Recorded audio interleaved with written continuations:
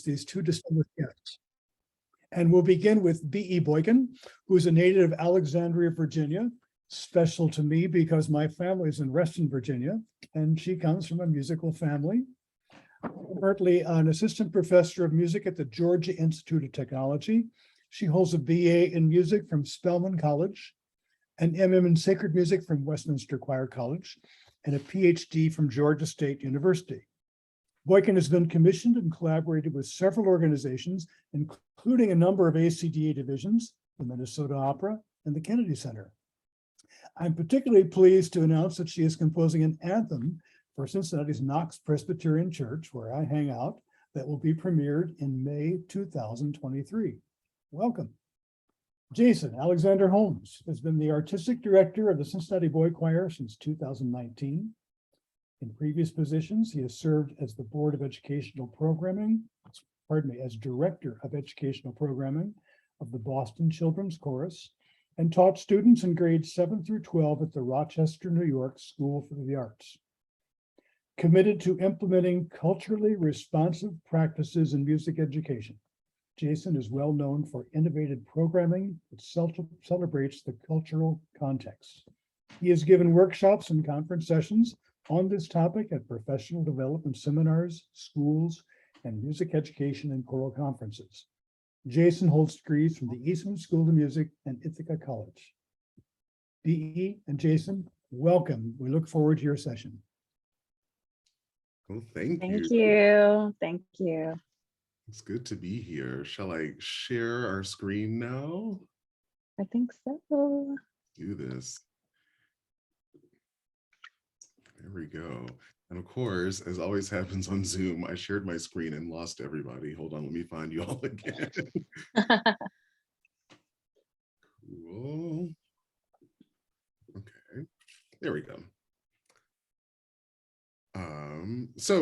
We're really excited to be talking about this topic. Also, I forgot this, that Earl has a Virginia connection. Brittney, you have one also, and I'm also from Virginia, from the southern state. Come on, two up, two down. Let's go. That's right. That's right. So there's that. But beyond Virginia, I do have a passion for socially conscious repertoire, but also just our teaching and performing in a socially conscious manner. So I'm very excited to be part of this conversation. And yes, I am fanboying over talking to the B.E Boykin. Oh my gosh. So we're so happy to have you as kind of an adopted member of our Cincinnati choral community. Well, thank you. I'm excited to do this with you all today. So thank you for having me. Cool. All right. Let's jump in here and talk a little bit about our session goals. Did you want to kick that off, Brittney? Yeah, sure. So we decided that we wanted to introduce a lot of tools and possible resources to help either choir conductors or choir fans be better, I guess allies is the word that is being used mostly right now. And exploring music, exploring how to talk about music, or maybe exploring how to rehearse it, perform it, maybe even practice on acknowledging it or figuring out what types of music are out there. So we're gonna kind of talk about it all, but we're gonna mostly focus on the Black experience and center the Black experience within music today. We thought that was important because obviously we are from that community, but also because the Black experience is a shared experience among other marginalized groups. So it can be applied to all kinds of different other marginalized groups. So it's not just only for the Black community, but we are going to focus on that today. Indeed. So I guess one of the things we want to provide are some kind of beacons for our journey, because one of the things we know about social justice, socially conscious teaching and learning and performing and artistry is that it's not, you never really get there, right? It's always a journey. And so we thought that we could help by providing some beacons for all of our journeys. I think as we talked, both B.E and I had some revelations of our own. Yeah. I'm excited for that. Did I leave anything out? No. And so we're calling these beacons because these are some words that you may have heard or terminology you may have heard, but you're like, well, what exactly does that mean? And we're going to give you kind of like clear definitions on what these words are and talk about how you can apply them within music. But we're also going to challenge you all. So this is going to be a very interactive presentation. So we hope that you will be utilizing the chat and dropping your answers. And if you're nervous or scared and you just want to kind of observe, that's fine too. But we hope that you all will participate. So we have some moments for you to do that. Absolutely. Starting with your reflection on kind of this word, cultural competence. What is it to you? Why is it important? Or any kind of reflection you want to drop in the chat about this term, cultural competence. Yeah. Or what do you think that word means?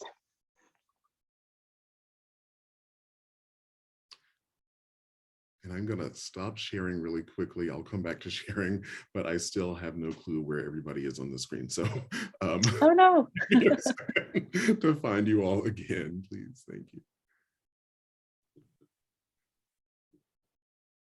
All right, we have a few answers coming into the chat. Thank you all for participating. So being woke to what matters, okay, having an understanding of multiple cultures and what is important to them.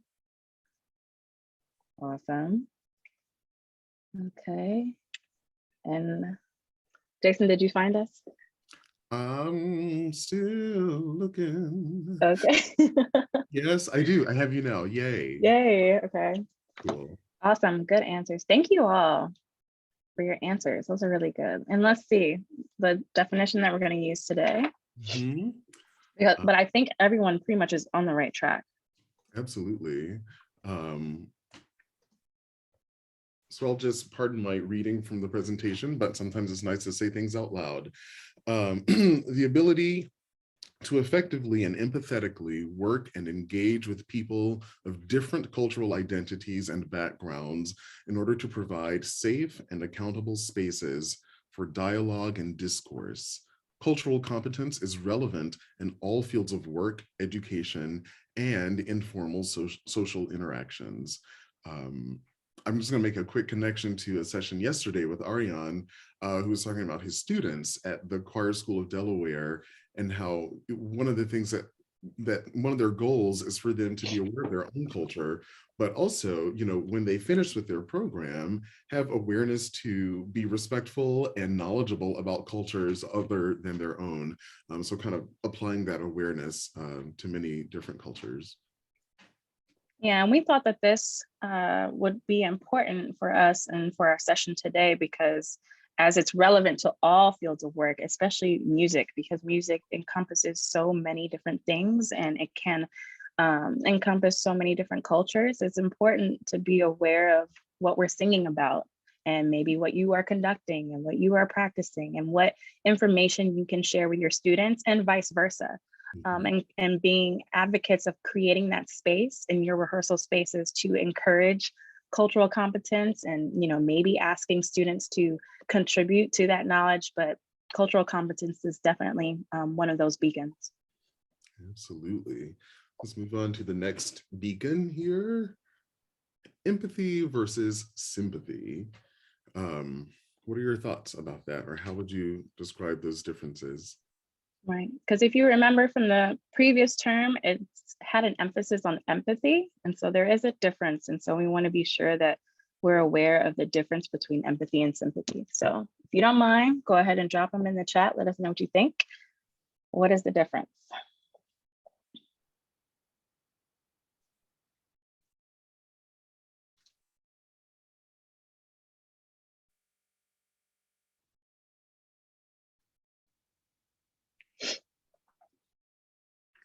I see the gears turning. I know, we can go ahead and share it. I think it's a little tricky, so. It is. Oh, here's some things. Oh, here, whoa. And they all came at the same time. Yeah, understanding, not pity. That is a very good way to say it. Sitting with others in their pain. Sympathy is more about how you feel. Sorry. Okay. Yep. Yeah, I like it. All right, let's see what they say. Let's see. So this is coming, this is a definition for empathy, and we will give you the website that we use for all of these terminologies. Is a lot of social justice terms. And of course, we didn't want to go through all of them, but we wanted to highlight just the few that we thought were important for today. But empathy is a learned skill that allows one to recognize and deeply listen to another's story or experiences and connect them to common understandings and emotions. And it is very different from sympathy, as a lot of you all have already said. And so the important thing here in applying empathy to our practice as musicians and being able to connect those understandings and experiences and emotions is really, really important. Yeah, it's especially when we're talking about socially conscious repertoire and programming, that has to be kind of a bedrock, on the work that we do. Otherwise, sort of what's the point, if we're not trying to feel with each other. So let's move on to our next term, which is social justice. We hear this term quite a bit now. And I think it's important that we just take a minute to stop and think about what it actually means. So go ahead, please, in the chat.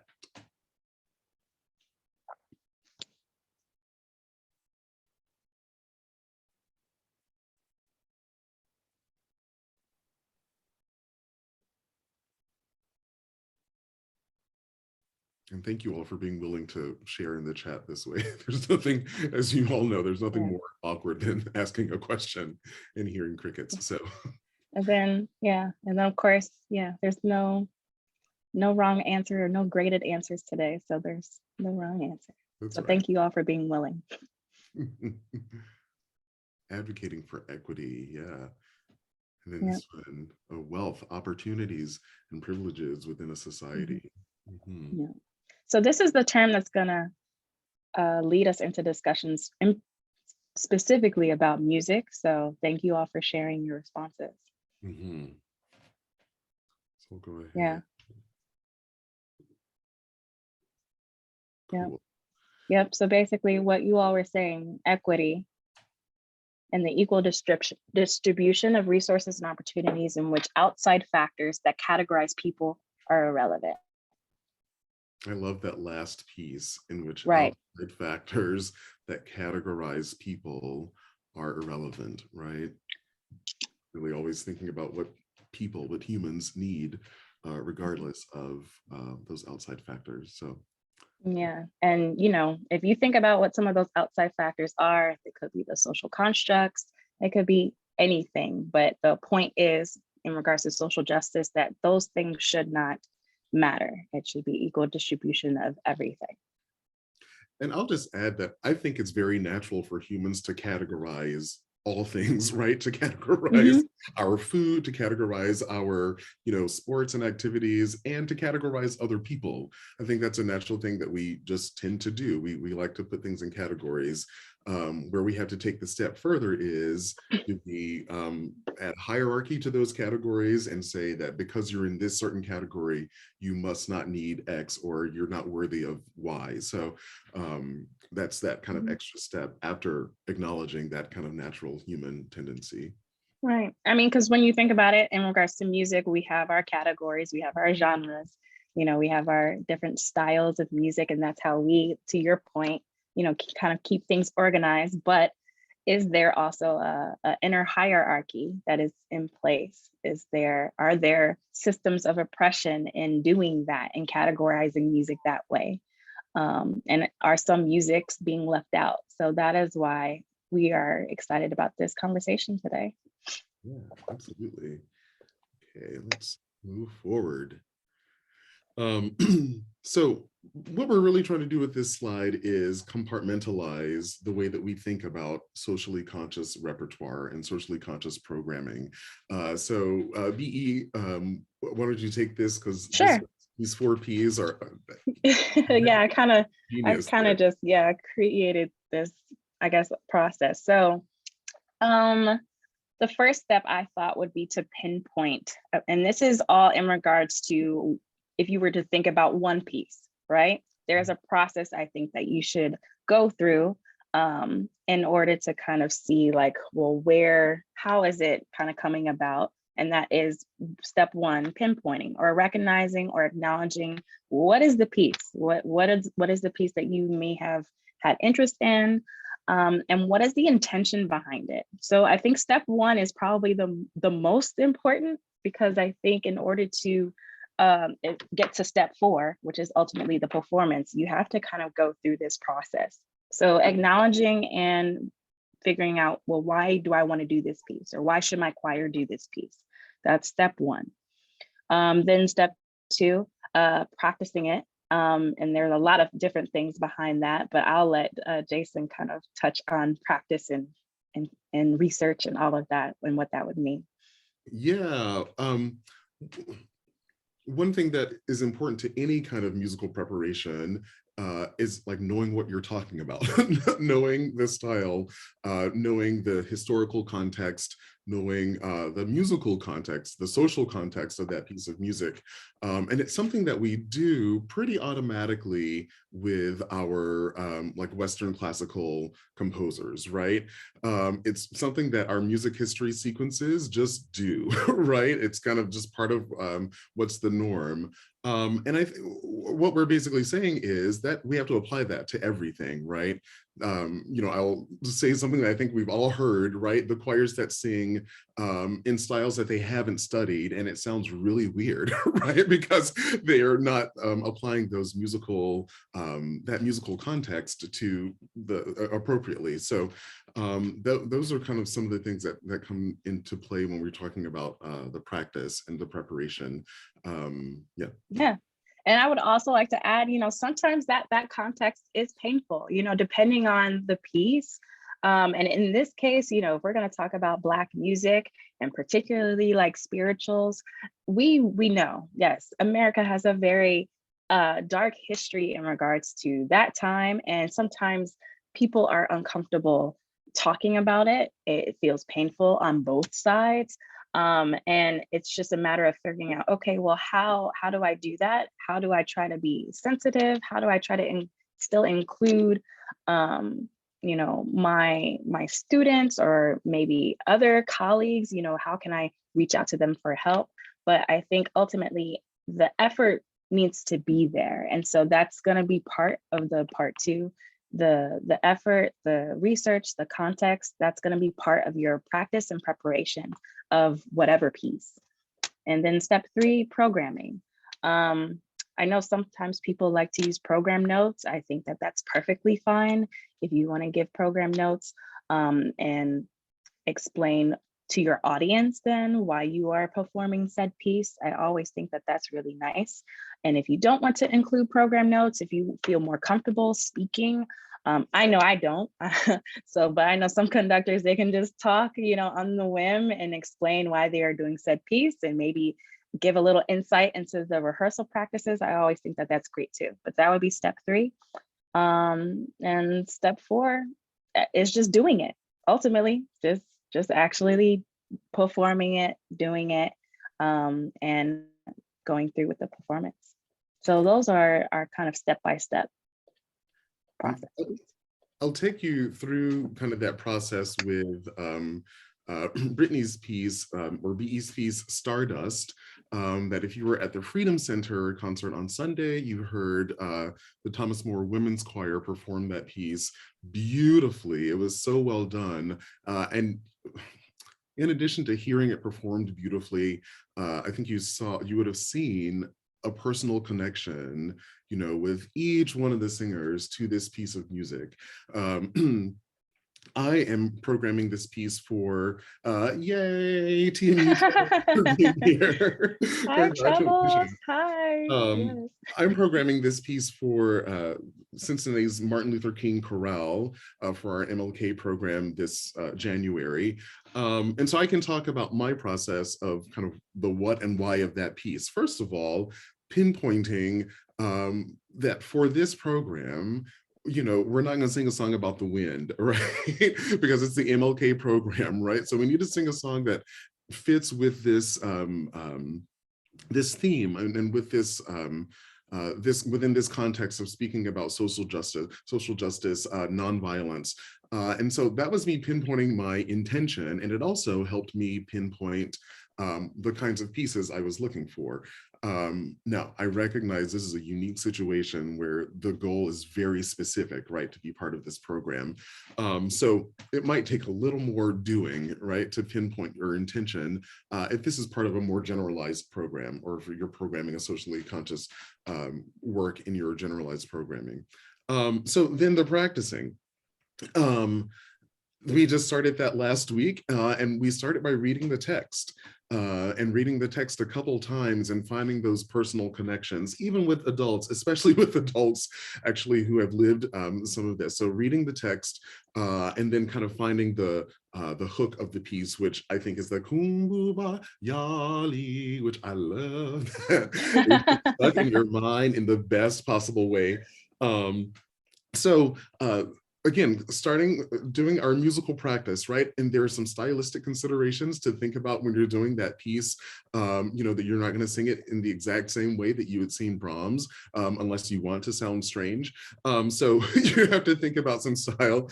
And then the programming of that piece, being sure, first of all, that the choir, the MLK chorale, understands why Stardust, why that piece, and then we'll work our way to the performance. And because we've done that work of really understanding our intention, of understanding the context, the style of the piece, and because we're thinking holistically about our programming, the performance of that piece has some meaning and has some weight. And we saw that with Danielle's TMU treble choir, that performance really, and being in the setting of the Freedom Center here in Cincinnati, also helped it have that weightiness that it really deserves. Yeah, I'm so glad that you said that, because I think ultimately this process will help cultivate meaning. If you are that person desiring to program spirituals or Spanish pieces or LGBTQ composers, like, I think this process will help you in figuring out meaning for yourself and for your ensemble, and because you want the performance to be as authentic and meaningful as possible. And so I think this was just our idea of a process that could help you facilitate that. And I'll add just one more thing before we go on. I think it's about socially conscious repertoire, but also programming and performing any repertoire in a socially conscious manner, right? Because I think all of our repertoire deserves to be performed and learned and taught with a sense of meaning and a sense of an understanding of the context in which it's intended. So I really love this process. B.E, consider these 4 Ps stolen. How I do my work. All right, I'll advance the slide. All right, so we had some questions that we thought we would kind of kick off with just B.E and I discussing this, but your time is coming. So Yes. This slide will be our discussion, and then the next one will be some questions for the whole audience. So the first one we thought to kind of guide our conversation was, what drives us to compose and or conduct or program socially conscious music? I want to toss that first to B.E. Yeah, sure. So I have now grown to love composing music around social justice. And I think it started with 2020, COVID and the resurfacing of Black Lives Matter, but it came because people were asking me to write social justice themed music. And so I would say that my answer would be because of the collaboration. I felt comfortable as a composer, as an artist, to create works around this theme, around my community, around topics of social justice, because people were asking me to. And so that collaborative piece has really fueled my love for it. It has encouraged me because it says that, okay, there are people out here who are aware, who are desiring to create new work, but who are also aware and passionate of kind of bridging the divide because I think a lot of times things can get separated very quickly, and it's just like a us versus them, or that's your thing, and we're kind of watching from the sidelines. But what that season told me, at least for the last 2 years, is that there are conductors, institutions, and people who are very passionate about social justice and bridging that divide and community. And so that is what is driving my love for it right now. And for me, on the kind of other side of it, on being a conductor and teacher, first of all, I do it because it's needed, right? You know, for the same reasons that BE was just talking about, to kind of bridge these divides, to create awareness. I think on the performing side, sometimes we want to program these works not because the awareness already exists in our community, but because we understand that through our artistic expression, we might be able to be part of creating that awareness and bringing that awareness around a topic or a subject or a marginalized group. So that's the main thing for me, because I think it's needed. The other thing I think about, and this is maybe a little more pragmatic, so if the easiest way to describe this is to think about when I taught 4th and 5th grade choir. The children were with me for 2 years, so I looped with them. And in those 2 years, we did 4 or 5 pieces per concert. You know, there were 18 to 20 opportunities for repertoire, 18 to 20 pieces that I could program. And so knowing that, especially in elementary school, sometimes that's after a kid exits elementary school choir, sometimes, unfortunately, it's the last time they sing in a choir. So you have 20 pieces, right, to give that experience, right? And part of what we need to do, I think, is to think about the role that music plays in our lives, in terms of shaping ideas, in terms of bringing awareness, like I said earlier, and in terms of understanding culture and building cultural competence. So that's kind of a more pragmatic way of thinking about it. So what am I going to perform in these slots, and how am I going to tie the pieces together? And I think the same way in the boy choir, with our community youth groups, sometimes a child is in that group for 10 years, sometimes it's a semester, sometimes it's 3 years, all depending on what that family is comfortable with doing. And so you think, this is the time that I have, and I'm not going to waste a second of it. So that's kind of how I think about that question. Ooh, now we getting juicy here, right? So, B.E, I know you have been asked this question, because Yeah. I'm not for anybody's choir to perform except for mine when I'm in a pinch. So, go take it away. Yeah. No, yeah. So this question has come up a lot of times for me in the last 2 years, really. Yeah, since COVID. And I know that it's because of the resurfacing of Black Lives Matter, and it had everyone in like this kind of difficult place of like, oh, I don't know how to be, and I want to be an ally, but I'm not sure how. So this question came up a lot for me, and it made me feel confused, really, because I wasn't quite understanding why that was even a question. And they were mostly talking about, I arranged Go Down Moses. That was my first arrangement of a Negro spiritual.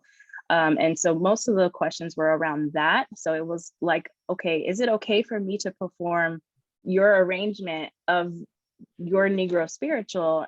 And I wasn't sure why that was a question. I mean, I guess in my mind, on my side of the fence, I'm thinking, this is music. This is Black music, yes, but it's American music. It was, created on American soil. Yes, we have sung these spirituals for, decades at this point, but it is American music. And so, my response has always been, yes, like, of course. And yes, I'm honored that you're interested in singing my arrangement, but it is okay. And I think I just want to be able to continue to advocate and encourage conductors. Like, it is okay to perform spirituals. It is okay to perform gospel. And I really hope that you continue to think about the process that we introduce early on, because as long as you have a very pure intention, it is okay. But ultimately, this is American music. Like, I know it is commonly associated with the Black community. And there are some things that, you know, maybe certain people don't feel comfortable singing or programming, but it is American music. And I want us to own this culture and this music because we are a part of it, and Black music is included in that. I love that, including the pain, right? Because we know that a lot of our music comes from pain. A lot of it comes from immense joy also, throwback to Saturday session on Black Joy. But so we have to be able to embrace all of it and tell our full story. And I think it also goes back to that doing our homework in terms of context, right? And really being willing to sit with it. And learn the skills. No, we may not have learned how to conduct a gospel choir in our undergraduate training. So what? Learn how to, you know, I didn't come out of the womb knowing how to do it either. But there's a way, there are folks out there to teach you and learn. So, oh, look at this, all of the connections. I know, I'm seeing it in the chat. I'm like, oh, wow. I think I programmed it for the Kodai Educators Association conference also. I can't, in one of the iterations of the program, I know I did. I hope it's the one that I'm actually going to get to do in March. So such a great piece. And I will also like to say, I'm sorry, I would say, yes, please program, you know, more music by Black composers. Not everyone writes jazz, not everyone writes gospel. It can be socially conscious just because you are programming a marginalized composer. I just want to make that very clear. The content doesn't have to be solely about social justice. It can just be because you are giving a composer from a marginalized group an opportunity to be on your program. So yes, it is more than okay. And Daniel, my recording doesn't exist yet. That hasn't happened yet. So. Uh-oh. But thank you for like, I love it. On that note, I'm just putting here in the chat that Dr. Marcus Garrett has done some excellent work. I left out excellent work around non-idiomatic music by Black composers. So look that up if you're interested. Okay, so now it's your turn for some discussion. And I'd like to preface this, that this could be very, you know, these questions may be a little bit jarring, so it's okay if you do not feel comfortable answering them, that is fine. But these are questions to just kind of get you thinking. And if you feel comfortable and vulnerable enough to share, we would love to have your answer. Absolutely. So the first one is sort of the like participant version of the first question that B.E and I tackled. And so we're interested to hear from you, what invokes your interest in socially conscious music? Because you don't have to do it. There's a lot of great music out there. So why the interest in this this kind of music? So Christy said the joy. Yes, a lot of it is joy. Yes, I like that answer. I do love that.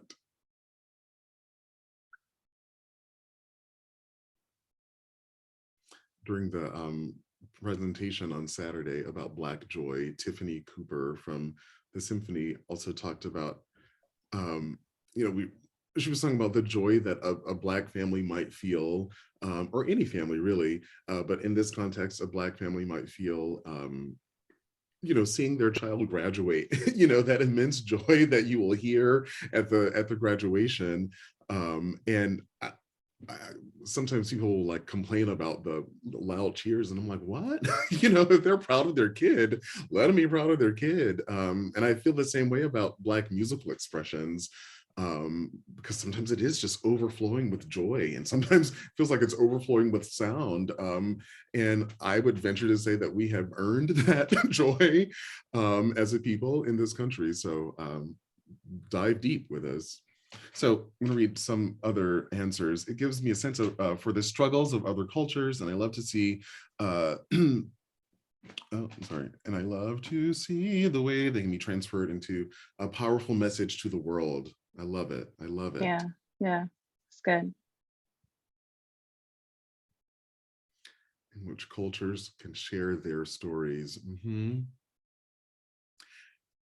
I love this talk about sharing culture, and especially if we take seriously that notion of context and doing our work to prepare, because, you know, at the end of the day, music might spark some curiosity, which is wonderful, but hearing a piece of music alone may or may not Mhm. actually do the work of sharing a culture.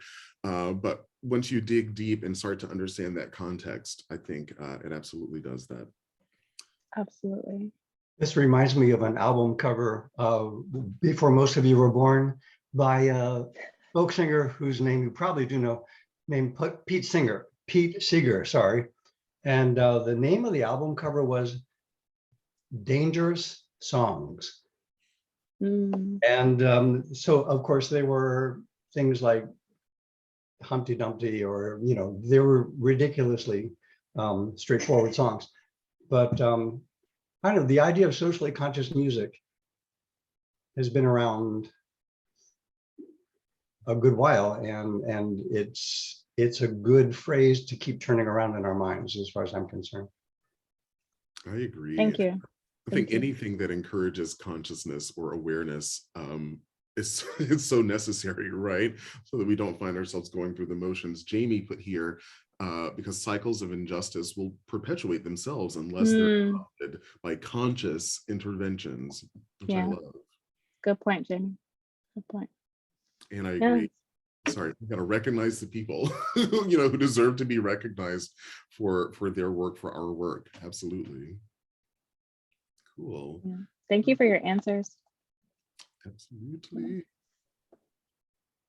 So here's another question that I've certainly heard folks ask. Should I contact a colleague, or I have been contacted about dialect, especially in a spiritual? So I guess kind of what are your thoughts around that idea of contacting colleagues about dialect, about style, about that?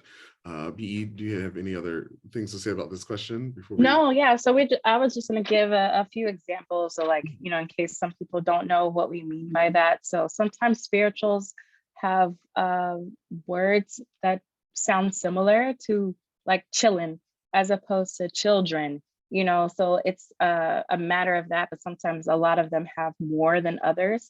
So yeah. So that's the question. If you feel like you need to contact someone, or if you feel like you would rather sing the, I guess, the more contemporary or modernized English as opposed to what's printed. What are your thoughts about that? And there's a reason why we're asking. It's because sometimes choirs or choir conductors don't feel comfortable singing the dialect as it's printed. River versus like river, or I can't think of any others right now. I'm drawing a blank. Or ain't of that as opposed to ain't that. You know, so there, yeah, it could be a number of different things. Yes. Mm-hmm. Yep. Water versus water. Or my favorite, City Called Heaven. Heard some very well-intentioned groups singing about a city called heaven. Yeah. And the other thing I'll say about this is that I have heard also, like, Black choirs do things in multiple ways, like the same piece using different versions of that dialect. And it has to do with, you know, the linguistic word is like code switching, right? And what audiences we're being in front of. And also, I think a little bit to do with respectability. Right. Are we trying to present ourselves in a certain manner so that people will see us in a certain way? You know, what we come to learn is that it usually doesn't matter. You know, if someone is going to be rude, they're going to be rude. So, you know, you can be true to yourself rather than bending and, you know, contorting yourself to fit someone else's expectations. Yeah. Yeah, go ahead. No, go ahead. Oh, sorry. Sabrina was saying not only about the music, but also about the text. So singing it as written would be appropriate. Yeah, I agree. You know, the composer had an idea in their mind. I say not as a composer, but like B.E, when you're writing, Sure, I'm sure you have an idea in your mind of like how something should sound. And if you take the care to like write it in a certain way, right? Yeah, yeah, absolutely. I mean, I always try to be sure that I'm copying, the text as is or as was given to me. But the Ariel said, I think asking first if your colleague is willing and able to assist should be the first step, then they can have conversations. Absolutely. I mean, at the end of the day, I think it just depends on the arrangement, because, certain arrangements may have the text printed a particular way, and then other arrangements may have, more of the original dialect. So I think it just depends what piece and or what arrangement you are singing. But to also keep in mind, it's a good teaching moment or it's a good research moment of why the text is like this. There was a reason why slaves were talking like this and singing like this. And, it was kind of like they were made fun of or, made to be believed that they weren't educated because they weren't talking a particular way or whatever else, or they weren't saying things correctly, but it was a part of our history. So it could be also a good teaching moment to explain why the dialect is written a certain way to your choirs, if that's a teaching moment for you. Right. Another question here. Oh, no, wait. Yeah, sorry. Moving on to the next slide. My bad here. Yeah. So go ahead. Yeah. Oh, no, it's okay. We can pull up the points. Right. Are they there? Yeah. There. Yeah, so I'll take the first one. It's necessary to have this awareness in regards to how Black conductors, but again, you can insert any marginalized group in this way. Black, women, LGBTQ, anybody of a different marginalized group, how the conductors, composers, or students in that group feel when we have these conversations. And it's important. It's important when you're thinking about the music. It's important when you're teaching the music, programming it and performing it. So it's just really, really important to always have this awareness. Yeah, and I'll add to that. A while ago, everybody was up in arms about critical race theory and how it made especially white students feel. And I heard an interview with Gloria Ladson-Billings, who is a prominent person in the field of education and researching teacher preparation. And she said, when I was in, and she is much older than me now, she's reached the emeritus status, but she said, when I was in middle school and we had to read Uncle Tom's Cabin or we had to read Huck Finn, no one cared about how reading those books would have made the Black students feel, right? So now all of a sudden we care that, some students might feel uncomfortable thinking about history, but it's our history. So, it's a thing that we just all have to look at and have the tools to grapple with rather than ignore. And I also, yes. Sorry, go ahead. I didn't mean to cut you off. No, you're fine. Zoom makes it hard. No, I was just gonna say, I just realized, this is also not a moment to single out said student to ask them how they feel. I think there's a level of sensitivity or even a choir member, community choir, church choir. It's not a moment for you to single that person out in rehearsal and be like, tell us how you feel. No, but I think what we're trying to say is we're trying to encourage an awareness on whoever's leading it, because there is going to come a level of appreciation, whether you know it or not, from those individuals in your choir, whether it's Black, Latina or Latinx or what have you, from these marginalized groups. If you come with the awareness and the sensitivity, it is going to be greatly appreciated. And now, if you desire help, again, I think we would encourage you to reach out to your colleagues in the field first. But yes, so that's why we're also encouraging it. Absolutely. And I wanted to just say that Ariel kind of gave us a little preview of this point, while we were talking about the other question about before we kind of assume. And here's an interesting Yeah, an interesting thing to think about. In order for works to stay alive, to stay in the repertoire, they need to be performed. You know, if we're so reluctant to perform them because of fear, because of lack of understanding, because of unwillingness to reach out, then that repertoire will die because it's not being performed. So that's kind of a heavy point, but it's a true But it's one, very, right? yeah, yeah. Um, I think Yeah, living, I mean, because when you think about the great works, Mozart, Bach, Beethoven, they are still with us because we are still singing these works, and they are the great works because of it. But, music has life because of performers, because of conductors, choirs, orchestras, and to Jason's point, because people are performing it. So if we are not being inclusive of these works, Black, again, LGBTQ, women, what have you, these works will die. They will leave us. So it is our responsibility as educators, as socially conscious conductors and leaders, to be sure that we are performing works in this way. yeah. It's almost like it baffles my mind that people are still discovering works by Florence Price, or I'm like, oh my gosh, but she did that and it was good, and somehow it was just locked away.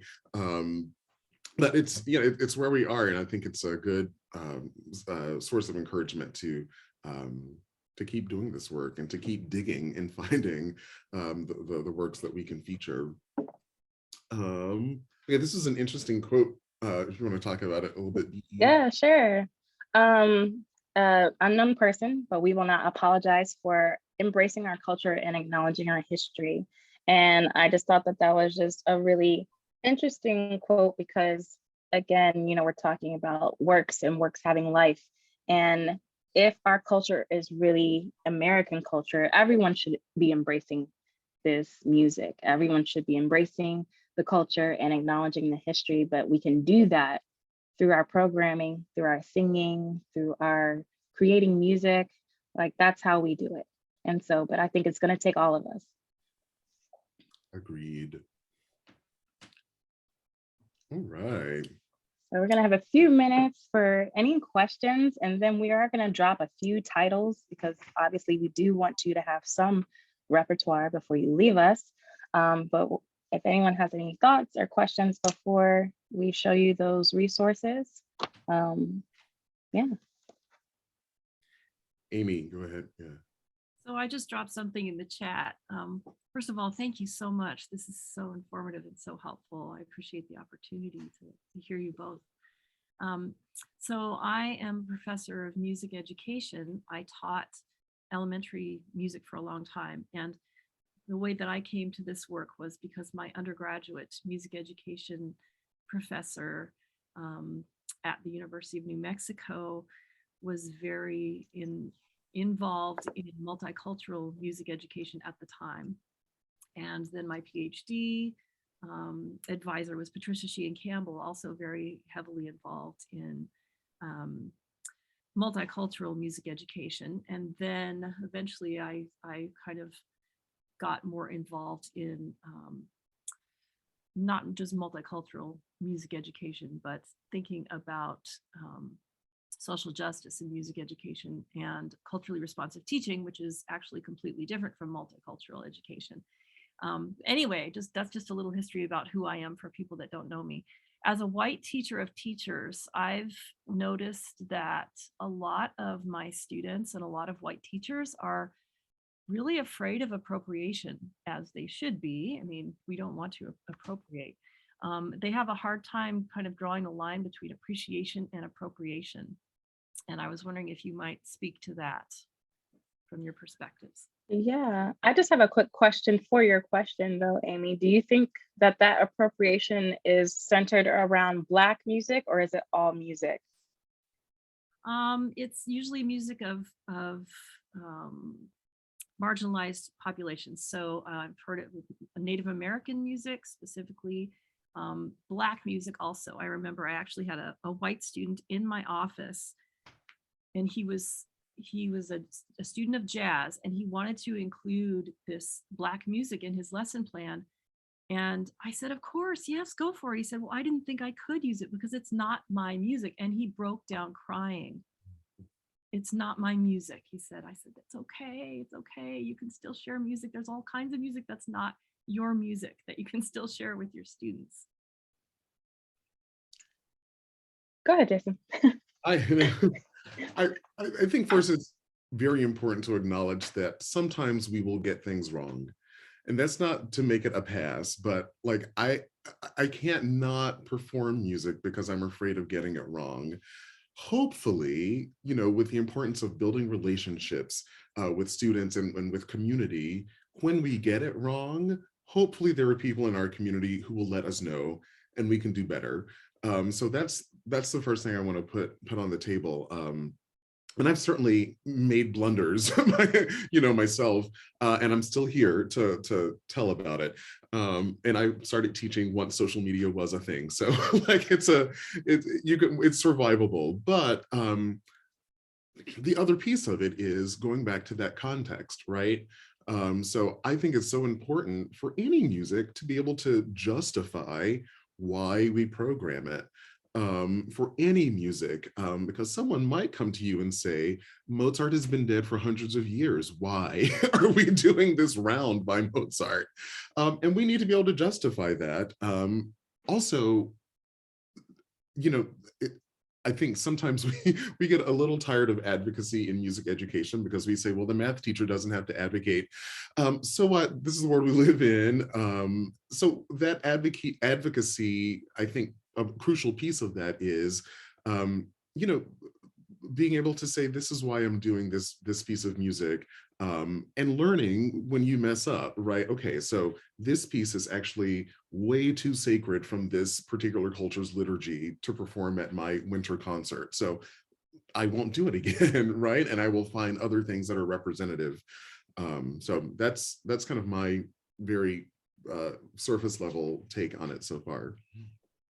And I just want to add to that, you know, I know the fear is about appropriation, but we have to be sure that we understand what appropriation is. And so I don't think that there are any conductors out there performing music for their own good and for their organization's own monetary benefit needs or anything like that, you know. So that's appropriation to me. That's what I think about. You know, I think about, like, is it Elvis Presley or is it Big Mama Thornton? You know, like I think, you know, stealing and making it your own, that's different as opposed to appreciation. And so I would just say, yeah, like it's okay. It's okay to program the music, but again, I would encourage the figuring out the desire, figuring out the intention. What is drawing you to this music in the first place?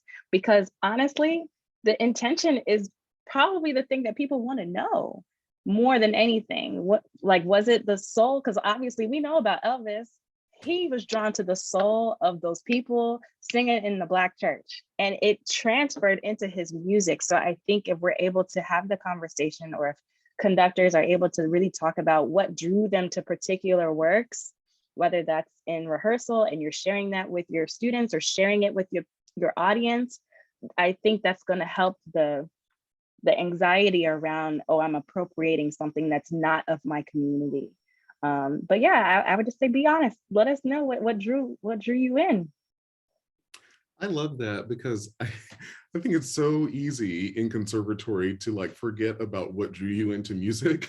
So like we need as many different reasons to like be mindful of that as we can. And I think this idea of appreciation versus appropriation is an excellent reason to think about what is it, you know, that drew you to music in the first place. Yeah, I'm like, use those music degrees. I love the rhythm. I love the harmony. I love the fact that it uses jazz chords. Whatever the reasonings would be, I think it's okay to have those conversations and to be honest about what drew you into this music in the first place.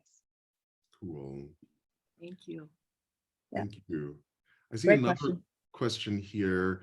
I am aware of those essays. Can you tell me about the last sentence about the compositions that transcend this pattern? I'm not quite sure what you mean there. Sorry, I misspelled you. Oh, no I meant worries. your. Okay. Yeah, I'm just asking the question about, I mean, the essays really talk about some of the questions that you guys were just discussing, and whether I think actually Dr. Boykin just nailed it by monetizing it. So if you're making money off of appropriating it and selling it to a culture that didn't produce it and is not the intended audience, then that's probably appropriation.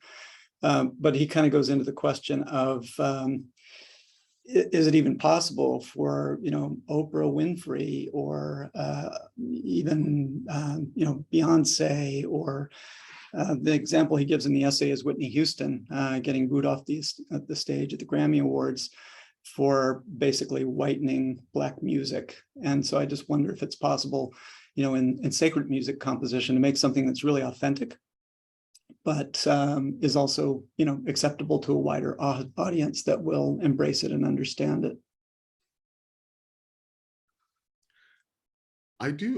I have thoughts about the wider audience thing.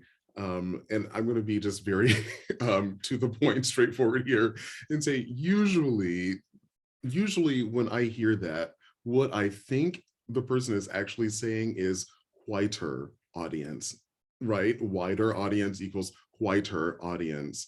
But my experience tells me that when people are true to themselves, when musicians and performers are so deeply rooted in style and musical expression, and doing it authentically, nobody cares. You're just drawn to that passion, right? So I think it's possible, and I think you can put the notes on the page. I had an argument with a composer one time about this, because I was saying, okay, if we put down all of the shadings that make gospel gospel, then the page would be completely black and no one will be able to read it, okay? But we also don't put down all of the shadings that make Bach Bach, okay? We learn that style and we learn the patterns. So it goes back to our thing of context, of doing our musical homework, right? We can learn those things and come up with authentic sounding and looking, by the way, performances. I said and looking because there are musics that you just can't be still and sing, right? So that's kind of how I think about that. And I mean, at the end of the day, music is subjective, right? It's all about preference. So initially when you first asked this question, I just immediately thought about when Aretha Franklin sang Nessun Dorma for, her dear friend Pavarotti, at what it was, the 98 Grammys, and I'm thinking to myself, people were up in arms because she was not a classically trained singer and whatever else. And why would they let her do that? And I'm thinking to myself, her friend got sick. And I mean, thank God the Queen of Soul was there. And, okay, yes, it wasn't who maybe we desired to sing at that moment, but, I just think it's okay. I think there has to be room for flexibility and openness, but again, knowing that it's subjective and it's going to be about personal preference. And I think that also has to be okay. And it is okay not to like something also. Yeah. Like, it's okay to hear something like, not for me. I mean, I do it all the time, right? So, yeah. Yeah. I know we're kind of like on time, but do you want to take one more or? Yeah, John's got a question. go for it. John. But I believe you're muted.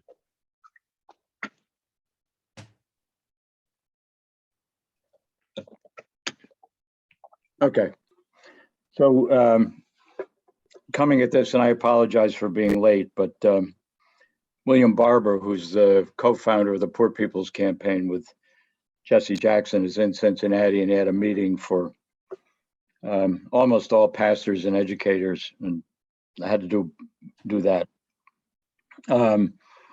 But in programming our series, Chamber Music Cincinnati, and proposing it 3 years ago, that we do multi-year feature of Black composers and Black performers, I got questions from some people on our board. Why would we do this? And I made the statement that classical music, which wasn't classical music when it was written, it was just the music of the time, has been socially engaged for centuries. And I got challenged in that. So I made a list for our board of 40 or 50 pieces going back as far as Vivaldi and William Byrd, and then Haydn, and all the way up to Virgil Thompson, I think it was, wrote a piece about the Harlem riots in 1964, which I happened to have been in, that to ignore any category of music completely is to not live in the real world, and to ignore both history and the contemporary world. And I think that's a false way of programming. I think that it's important that we understand all points of view, and particularly since the focus of this discussion and this series is on Black composers and musicians, that according to the New York Times, I think it was September 6, 2021, the single most performed composer potentially in America was Jessie Montgomery. That certainly the most in-demand living composer was a 41-year-old Black woman, and her music was performed on 400 concerts just in the year 2021. How could you not perform that music if that's the way it is? Because that would be the equivalent of a radio station or a streaming series not programming Beyonce or Ye or Kendrick Lamar, or pick your artist. It doesn't make any sense. The only reason that it wouldn't be performed or played or exposed to audiences would be if it was discriminatory. You have to consciously not do it because it's so pervasive. Yeah. Thank you. Yeah, that's a great point. Thank you for sharing that. It is. We had, before we leave you, we had a kind of list of repertoire ideas, and we can share this list with the folks who signed up to be part of this session. But these are just a few things.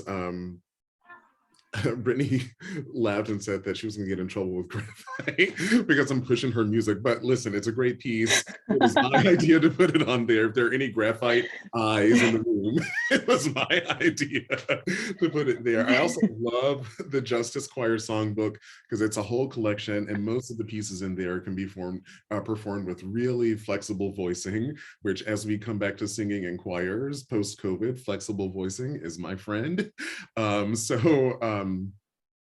And then 1 Million Voices is a piece that I just happened to do last year with the Boy Choir. It's a beautiful piece that sounds really complex, but is not really all that hard. Shh, don't tell anybody.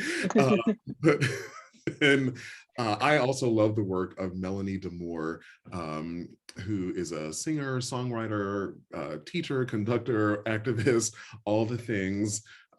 If you've heard, you gotta put one foot in front of the other and lead with love. That's Melanie D'Amour. Yeah, I love all of her music, and some of it is published in octavo form now, but some of it is not yet. So she's very approachable, though. Just be like, we want to sing this, can we? And she'll be like, yes, please sing my music. So yeah.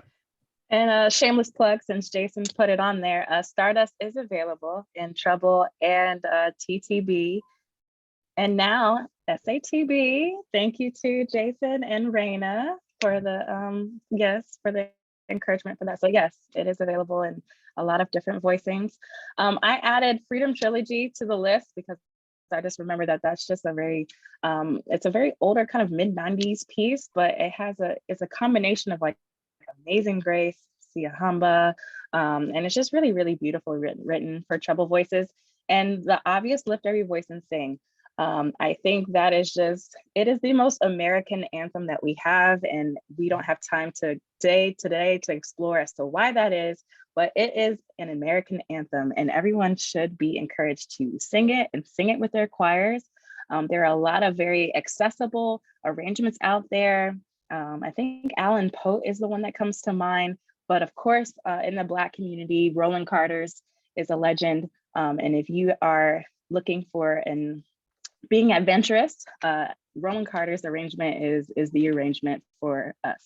So please be encouraged. This is not a comprehensive list, but these are just a few ideas to get you started. And yeah, and if you have any more you want to quickly drop in the chat that you know of that are not on this list, go ahead and drop them for us. But those were a few ideas that we had.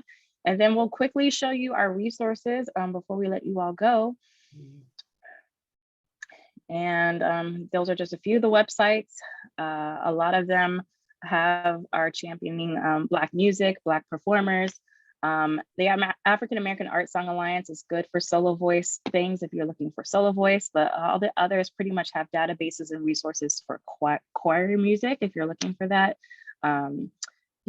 I think it was Music by Black Composers or the Institute for Composer Diversity that has a really good database and has really good ways of searching music and voicing and all the stuff. So those are good. And then of course, our terminology that we shared today was coming from the link at the bottom. So thank you all again for such an engaging discussion. And Jason, appreciate you. Appreciate you do. I'll just say the reason I know BE is because of the Institute for Composer Diversity, because of a program we were together in Boston. I was looking there. We were doing the Year of the Woman in the Boston Children's Chorus, so I was super committed to it, and that's how I found BE's music. So. Oh wow! Thank you. So yeah, thank you, everyone. Thank you. Thank you so much, Jason and BE. We're very grateful for your time this afternoon. I just wanted to give everyone a quick note that we still have 3 sessions left for the Healing and Understanding Festival. Dr. Jillian Harrison-Jones is presenting this evening, once at 5:30 and once at 8:30. And then we have our final culminating concert tomorrow evening down at Christ Church Cathedral for those of you here in Cincinnati. So again, thank you, Jason and BE. Thank you everyone for attending and hope you have a great rest of your day. Thank you. Buddy.